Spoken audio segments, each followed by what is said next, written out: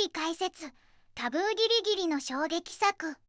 昭和の日本を震撼させた実録犯罪映画ベスト10。ねえマリサ、昔の映画って、今じゃ考えられないような過激なテーマの作品が多かった気がしない？鋭いなレイム。特に昭和の時代は、実際に起きた凶悪事件や未解決事件を、驚くべき速さで映画化する実録犯罪映画がブームだったんだぜ。実際の事件を映画に？被害者や遺族への配慮とか、コンプライアンス的に大丈夫だったの？そこが昭和のすごいところだ。タブーギリギリ、いや完全にアウトな領域まで踏み込んで、人間の業や社会の闇を暴き出していたのさ。今日はそんな、昭和を震撼させた実録犯罪映画ベスト10を紹介するぜ。うわぁ、ちょっと怖いけど気になるわね。どんな作品が出てくるのかしら。ただし、ここで重要な注意だ。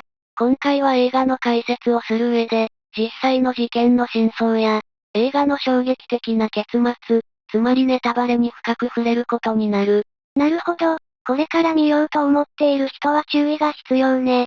覚悟して聞くわ。よし。それじゃあ、事実は小説よりきなり、戦慄の世界へ案内するぜ。第10位。実録3億円事件。時効成立。1975年。まずは第10位だ。昭和最大の未解決ミステリーといえば何を思い浮かべる？それはやっぱり3億円事件よね。白バイ警官に変装して現生を奪ったっていう。正解だ。第10位は、その事件の時効成立直前に公開された衝撃作。実録3億円事件時効成立だぜ。時効成立ってタイトルにあるけど、これいつ公開されたの？ここが東映のすごいところなんだが、実際の時効が1975年12月10日だったのに対し、公開はそのわずか2週間前の11月22日なんだ。当時の岡田茂社長が時効に合わせて作れと号令をかけたらしいぜ。まだ時効になってないのにそのタイトルで公開しちゃったの？すごい度胸ね。ああ、しかも冒頭には、実際に事件を担当した平塚八兵衛刑事らのインタビューまで挿入して、ドキュメンタリー風のリアリティを出しているんだ。本物の刑事さんまで出るなんて徹底してるわね。でも、犯人が捕まってないのに、内容は誰が犯人なの？映画では、当時の東映社長の息子、岡田祐介演じるギャンブル狂いの運転手を犯人と仮定している。彼が情婦役の小川真由美と一緒に、奪った3億円を派手に使うわけでもなく、生活費や借金返済にちびちびと使っていく様子が生々しいんだ。3億円もあるのにちびちび使うの？なんだか逆にリアルかも。そうなんだ。そして彼を追う刑事役の金子信夫が、仁義なき戦いそのままの悪の強さで、容疑者を別件逮捕して執拗に自白を迫るんだ。結局、映画のラストでは時効が成立してしまうんだが、歓喜するでもなく、ただ虚無感だけが漂う結末は、未解決事件の闇深さを象徴しているようだぜ。第9位。壁厚き部屋。1956年。第9位はどんな映画？さっきみたいにドカンと派手な犯罪映画？いや、第9位はもっと静かで、それでいて政治的にヤバすぎて公開できなかった作品だ。1956年公開の壁厚き部屋だぜ。公開できなかったってどういうこと？実はこの映画、1953年には完成していたんだ。でも、舞台が巣鴨プリズンで、テーマが BC 級戦犯の悲劇だったから、アメリカへの配慮でお蔵入りにされたんだ。3年も経ってやっと日の目を見たんだぜ。うわぁ、いわゆる政治的なタブーってやつね。内容はそんなに過激なの？過激というより、あまりに理不尽なんだ。主人公の一人、山下は戦時中、上官の命令で捕虜を処刑した。でも戦後の裁判で、その上官は私は止めたのに彼が勝手にやったと嘘をついて逃げ切り、命令に従った山下だけが終身刑になるんだ。ひどすぎる。自分だけ助かろうとするなんて許せないわ。だろ？映画のクライマックスで、山下は一時帰宅を許された隙に、自分を陥れた上官の家へ復讐に向かうんだ。演じているのは名悪役の小沢栄太郎だぜ。やった。ついに天誅を下すのね。みんなそう期待するよな。でも山下は、恐怖で怯えまくる上官の情けない姿を見て、殺すより腐らせておいた方がマシだと言い捨てて何もしないんだ。殺さないの？なんだかモヤモヤするけど、それが逆にリアルなのかな。そうなんだ。最後は仲間へのお土産にキャラメルを一箱買って、自ら壁厚き部屋に戻っていく。復讐のカタルシスすら許されない、戦争の歪みを突きつけた重厚な名作だぜ。第8位、白昼の通り魔、1966年。第8位は、世界の大島こと大島渚監督が放つ衝撃作、白昼の通り魔だぜ。タイトルからして怖そう。これも実話なの？ああ、当時世間を震撼させた小松川事件などの連続暴行殺人事件をモチーフにしている。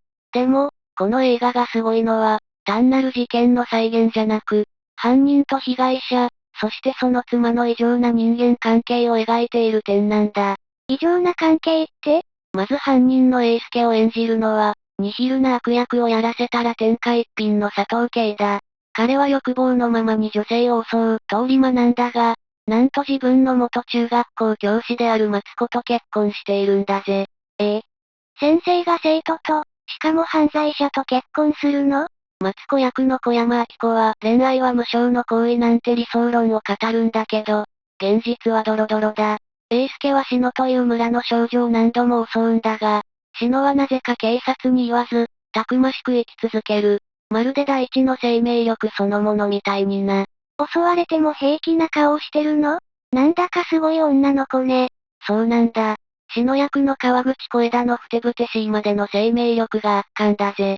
対照的に、理想を語っていた妻のマツコは、夫の罪を知って警察に通報するんだが、最後は絶望して、なんと被害者の篠に一緒に死んでくれと心中を迫るんだ。なんで被害者を巻き込むのよ。わけがわからないわ。結局、マツコだけが死んで、篠はまたしても生き残る。死体を背負って山を降りるラストシーンは、インテリの理想論が野生の生命力に敗北した瞬間とも言えるな。2000カットを超えると言われる細かいカット割りも相まって、見ているこっちがおかしくなりそうな傑作だぜ。第7位、実録阿部貞、1975年。第7位は、実録阿部貞。これって、あの有名な阿部貞事件のことだよね？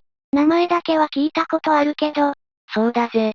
昭和11年、愛する男の首を絞めて殺害し、その局所を切り取って持ち歩いたという、日本犯罪史に残る猟奇事件だ。第7位は、日活ロマンポルノが総力を挙げて映画化したこの作品だ。うわぁ、聞くだけで痛そうなんだけど、なんでそんな恐ろしいことしちゃったの？普通じゃないわよ。そこがこの映画のすごいところなんだ。単なる残酷な猟奇事件としてじゃなく、究極の純愛の果てにある狂気として描いているんだぜ。主人公の阿部貞を演じるのは、ロマンポルノの女王宮下純子だ。純愛？殺すことが純愛なの？ああ、貞と愛人の吉蔵は、世間の目から逃げるように待合の一室に何日も閉じこもって、昼夜を問わずひたすら愛し合うんだ。ある時、女中が空気の入れ替えをしようと窓に手をかけると、貞は血相を変えて窓を開けないで、吉さんの匂いが逃げちゃうからって叫ぶんだぜ。部屋の匂いまで独り占めしたいのね。愛しているというより、もう執着心がすごすぎて怖いくらいだわ。その執着が極限まで高まって、ついにはこの人を家に帰したくない。誰にも渡したくない。殺してでも永遠に自分のものにしたいと思い詰めてしまう。そして愛し合っている最中に首を絞め、あの有名な凶行に及んで、貞吉二人と血文字を書くんだ。愛しすぎて殺しちゃうなんて、悲しすぎるし切ないわね。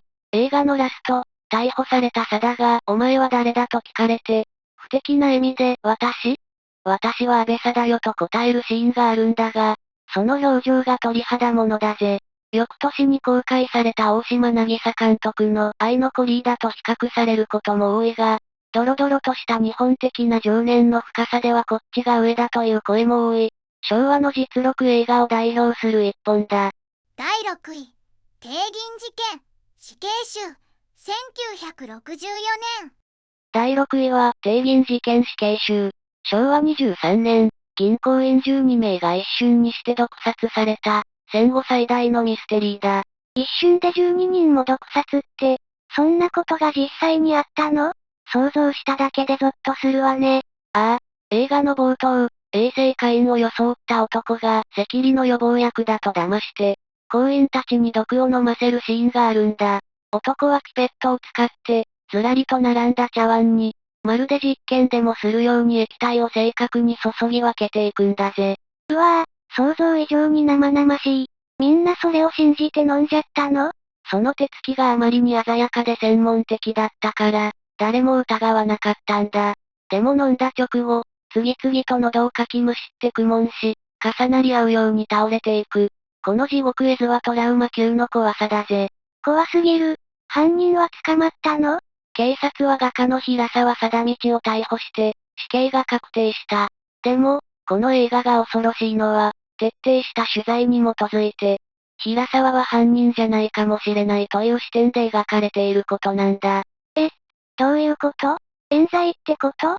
実は当初、警察や記者はあのプロのような毒物の扱い方から、旧日本軍の秘密部隊731部隊の関係者を疑っていたんだ。でも、GHQ からの見えない圧力で捜査が止められ、急に平沢が犯人に仕立て上げられたような描写があるんだぜ。GHQ の圧力、なんか巨大な力が裏で動いた感じがして、事件そのものより怖いわね。映画の中で犯行を再現する後ろ姿の男の声は、クレジットされてないけど名優加藤義が担当している。つまり、平沢役の新金蔵とは別人だと映画自体が暗に主張しているわけだ。ラスト、娘と金網越しに別れる平沢の姿は、真相が永遠に闇に葬られた無念さを象徴していて、胸が締め付けられるぜ。第5位、裸の19歳、1970年。第5位は、裸の19歳。19歳ってことは、まだ未成年が主人公なの？ああ、1968年に日本中を震撼させた、永山則夫による連続射殺事件をモデルにした映画だ。主人公の少年を演じたのは、これがデビュー作の原田大二郎だぜ。へえ、原田大二郎さんのデビュー作なんだ。でも、未成年がなんでそんな怖い事件を起こしたの？そこがこの映画の核心だ。彼は北海道の極貧家庭で育ったんだが、父親は博打狂いで家には金がない。姉は暴行されて精神を病んでしまう。そんな地獄のような環境から逃げ出すように、集団就職で上京するんだ。いわゆる、金の卵ってやつね。東京で頑張ろうと思ったのに。現実は甘くない。職を転々として、都会の冷たさに打ちのめされ、誰も助けてくれない孤独の中で、彼は横須賀の米軍基地から拳銃を盗み出すんだ。拳銃なんて盗んでどうするの？何も持たない彼にとって、拳銃だけが自分を強く見せてくれる唯一の相棒だったんだ。でも、一度それを手にしたらもう止まらない。東京、京都、北海道と逃げ回りながら、行く先々でガードマンやタクシー運転手を次々と撃ち殺していくんだぜ。悲しすぎる。彼が悪いのは間違いないけど、もし環境が違ったらって考えちゃうわね。まさに新藤兼人監督が描きたかったのはそこだ。彼に引き金を引かせたのは誰だ？貧困か、社会かという重い問いかけが、原田大二郎の鬼気迫る演技を通して突き刺さってくる社会派ドラマだぜ。第4位、青春の殺人者、1976年。第4位は、青春の殺人者。1974年に千葉県で起きた両親殺害事件を元にした、長谷川和彦監督の伝説的なデビュー作だ。だがこの映画、中身の凄惨さ以上に、制作の裏側が完全に常軌を逸しているんだぜ。常軌を逸してるって、実録犯罪映画だから、撮影が大変だったってこと？そんなレベルじゃない。まず主役の水谷豊だ。監督は、傷だらけの天使を見て彼に惚れ込み、萩原健一を通じて口説き落とした。その殺し文句が日本のジェームズ・ディーンやらないかだったんだ。ジェームズ・ディーン、すごい勧誘だけど、水谷さんはそれでやる気になったのね。ああ、だが待っていたのは地獄だ。予算は当初の2000万円から3500万円に暴走し、監督は1500万円もの借金を背負った。そのせいで、主演の水谷豊はなんとノーギャラで出演することになったんだぜ。借金まみれでただ働き、まさに命とお金を削って作った映画なのね。役者も極限状態だ。当時17歳だった原田美枝子は、監督の粘着質な演出で過酷な撮影と大胆なヌードを強いられた。あまりの辛さに、この映画は嫌いだから一度も見ていないと語るほど精神的に追い詰められたらしい。17歳の女の子にそこまでさせるなんて、画面から感じるヒリヒリした空気は、演技じゃなくて本物の苦痛だったのかもね。その狂気が、奇跡的な名演を生んだんだ。特に母親役の市原悦子が、夫を殺した息子にお父さんは蒸発したことにしようと迫り、息子への歪んだ愛と嫉妬を爆発させる姿は、ホラー映画よりも恐ろしい。ラスト、炎上するスナックから水谷と原田が飛び出してくるシーンは、ノーギャラも借金も恨みも全て燃やし尽くすような迫力だ。全員が人生をかけたからこそ生まれた、昭和の実録映画史に残る怪物的な傑作だぜ。第3位、鬼畜、1978年。いよいよトップ3に突入だ。第3位は、松本清張原作、野村義太郎監督の不朽の名作、鬼畜だぜ。タイトルがもう怖すぎる。鬼畜って、どんな恐ろしい話なの？主人公の印刷や宗吉を演じるのは尾形健。彼には愛人がいて3人の隠し子がいたんだが、生活が苦しくなって愛人が子供を家に捨てて蒸発しちゃうんだ。そこから本妻役の岩下志麻による、地獄のような仕打ちが始まる。うわぁ、本妻にしてみれば悪夢だけど、子供に罪はないじゃない。だが岩下志麻の演技は容赦がない。赤ん坊の口に無理やりご飯を詰め込んだり、衰弱死した子を見て夫に、あんたも一月が楽になったねと囁いたり、まさに能面のような冷酷さで追い詰めていくんだ。ひどすぎる。父親は何をしてるの？助けてあげないの？宗吉は根っからの悪人じゃない。でも気が弱くて妻には頭が上がらず、結局は彼女の無言の圧力に負けて、自らの手で子供を一人ずつ始末していくことになるんだ。自分の子供を、それこそ鬼畜じゃないの。頂上東京タワーに置き去りにし、最後に残った利発な長男としかずを東尋坊の崖から突き落とすシーンは、見ていて胸が張り裂けそうになるぜ。だが、この映画の真骨頂はラストシーンにある。ラスト？子供は死んじゃったの？いや、長男は奇跡的に助かるんだ。警察で捕まった宗吉と対面させられるんだが、刑事から、この人がお父さんだねと聞かれた瞬間、俊和は激しく首を振ってこう叫ぶんだ。違う、父ちゃんじゃない、よその人だよ、ってな。自分を殺そうとした父親を、かばったの？それとも拒絶したの？その真意は誰にもわからない。だが、自分を他人と呼ぶ息子に対し、宗吉は、俊和、勘弁してくれ、と泣き崩れる。親子の情愛と業が入り混じった、日本映画史に残るあまりに悲しい名シーンだぜ。第2位、ゆきゆきて新軍、1987年。第2位は、ゆきゆきて新軍。これは劇映画じゃない。本物のドキュメンタリー映画にして、昭和が生んだ最大級の傑作だぜ。タイトルからしていようね。どんな内容なの？主人公は奥崎健三。昭和天皇にパチンコ玉を売って逮捕された過去を持つ、自称、新軍平等兵だ。彼はニューギニア戦線の生き残りで、終戦後に不当に処刑された二人の部下の無念を晴らすため、当時の上官たちの家へ殴り込みをかけるんだ。殴り込みって、比喩じゃなくて？物理的な殴り込みだ。アポなしで元上官の家に行き、最初は丁寧に話を聞くんだけど、相手が嘘をついたりごまかしたりすると、いきなり殴りかかって暴れ回るんだぜ。それ犯罪じゃない。でも、そこまでして何を聞き出したかったの？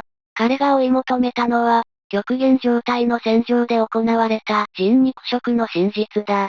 奥崎の暴力的な追及の前に、堅くなだった元兵士たちが、仲間を食べたことや、くじ引きで殺す相手を決めたことをぽつりぽつりと告白し始めるシーンは、どんなホラー映画よりも恐ろしい。想像するだけで吐き気がするわ。でも、そんな過激な撮影をして、最後はどうなっちゃうの？ここからが映画の枠を超えた衝撃だ。撮影の終盤、奥崎は元中隊長の家に行き、なんとその息子に向けて本物の拳銃を発砲して逮捕されるんだ。映画の撮影中に殺人未遂事件を起こしたってこと？そうだ。映画は彼が殺害を決意して旅立つ姿まで追い、最後は実際に事件を起こして逮捕されたという報道で幕を閉じるんだ。虚構と現実の境界線を完全に踏み越えてしまった。二度と作れない危険な傑作だぜ。第1位、復讐するは我にあり、1979年。栄光の第1位は、日本映画史にその名を刻む怪物映画、復讐するは我にありだ。これは単なる実録犯罪映画じゃない。人間の業そのものをフィルムに焼き付けた、今村昌平監督の最高傑作だぜ。タイトルが聖書の言葉よね。なんだかすごく重そうだけど、モデルになったのは、弁護士や大学教授を語って全国で5人を殺害した西口明事件だ。主役の榎木随和を演じるのは尾形健。彼の演技は、もはや演技の枠を超えて獣そのものだ。知的でクールかと思えば、次の瞬間にはハンマーで人を殴り殺す。そのエネルギーに圧倒されて、見ているこっちまで油汗が出てくるぜ。そんな恐ろしい人が主人公なの？でも、どうしてそんな怪物になっちゃったの？そこがこの映画の深いところだ。鍵を握るのは、三國連太郎演じる父親だ。彼は敬虔なカトリック信者なんだが、巌は子供の頃、軍隊に大切な船を没収されてもヘラヘラと頭を下げる父を見て、信仰も尊敬も捨てたんだ。お父さんの弱さが許せなかったのね。それだけじゃない。巌の妻である賠償光子は、夫じゃなくて義理の父である三國連太郎に惹かれているんだ。巌が刑務所に入っている間、父と嫁が風呂で背中を流し合うシーンがあるんだが、そこ漂う湿度の高いエロスと背徳感は、殺人シーン以上に恐ろしいぞ。うわぁ、家族関係がドロドロすぎる。お父さんへの当てつけで犯罪を重ねたってこと？ああ、巌は逃亡中、小川真由美演じる旅館の女将にかくまわれるんだが、結局彼女も殺してしまう。逮捕後、面会に来た父に巌はこう言い放つんだ。俺は恨みのある奴は殺さんが、恨みのない奴なら殺す。本当に殺したかったのはあんた、父だとな。一番憎い父親だけは殺せなくて、関係ない人ばかり殺したってこと？悲しすぎる矛盾ね。ラストシーン、処刑された巌の骨を父と妻が海に向かって投げるんだが、骨は空中でピタリと止まってストップモーションになる。神が裁くはずの復讐を、人間が自らの手で行おうとした業の深さ。そして、俺はまだ消えないぞという怨念を感じさせるな。昭和という時代が生んだ闇と熱気が凝縮された、震えるほどの傑作だぜ。総評、まとめ。すごかった。どの映画も、ただ怖いだけじゃなくて、背景に貧困とか差別とか、どうしようもない社会の闇があるのね。そうだな。昭和の実録犯罪映画は、単なる興味本位の再現ドラマじゃない。高度経済成長の陰で置き去りにされた人々の叫びや、戦争が残した深い傷跡を、スクリーンを通して訴えかけているんだ。今の映画じゃ描けないような、強烈なエネルギーを感じたわ。ちょっと重かったけど、見ておかなきゃいけない気がする。その通りだぜ。コンプライアンスでがんじがらめの現代だからこそ、こういうタブーを恐れない作品が輝いて見えるのかもしれないな。みんなの記憶に残っている事件や映画があったら、ぜひコメントで教えてくれよな。チャンネル登録と高評価も忘れずにお願いね。それじゃあ、また次の動画で会いましょう。ご視聴ありがとうございました。